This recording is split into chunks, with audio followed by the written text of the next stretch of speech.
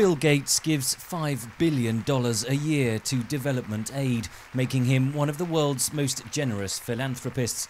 In a speech at London's Royal United Services Institute this week, he voiced fears that the political tide is turning against foreign aid. It concerns me that some world leaders are interpreting recent events as reasons to turn inward instead of seeing them what they are.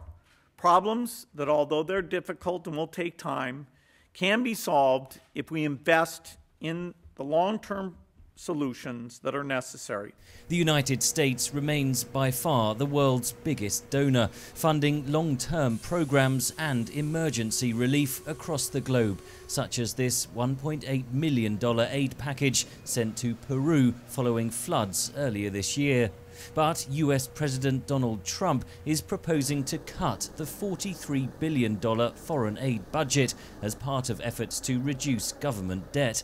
Gates argues many critics of foreign aid don't realize the huge progress that has been achieved. If you could only pick one number to highlight the effectiveness of the development agenda since 1990, I would pick the number 122 million. That's the number of children's lives that have been saved. He disputed the notion that funding foreign aid is a bottomless pit. As you bring down that child-to-death rate, families choose to have less children. Population goes down very substantially, which brings within reach all of the things society is trying to do. Better health, better education, economic opportunity. Bill Gates' speech in London comes as Britain gears up for a snap election in June. The UK is one of the few developed countries to meet the UN aid budget target of 0.7% of GDP. Current Prime Minister Theresa May has committed to keeping that pledge, but many in her party want aid money diverted to the military. Gates said he wanted to make the case for the facts. When aid is mismanaged, it is a double crime, stealing both from the taxpayer and the poor.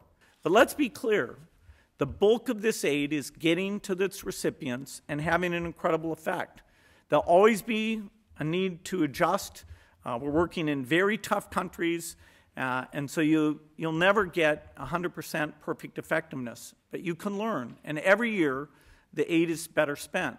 Aid agencies say the debate couldn't come at a worse time, with around 65 million refugees around the world, worsening conflicts in the Middle East and famine striking East Africa. Henry Ridgwell for VOA News, London.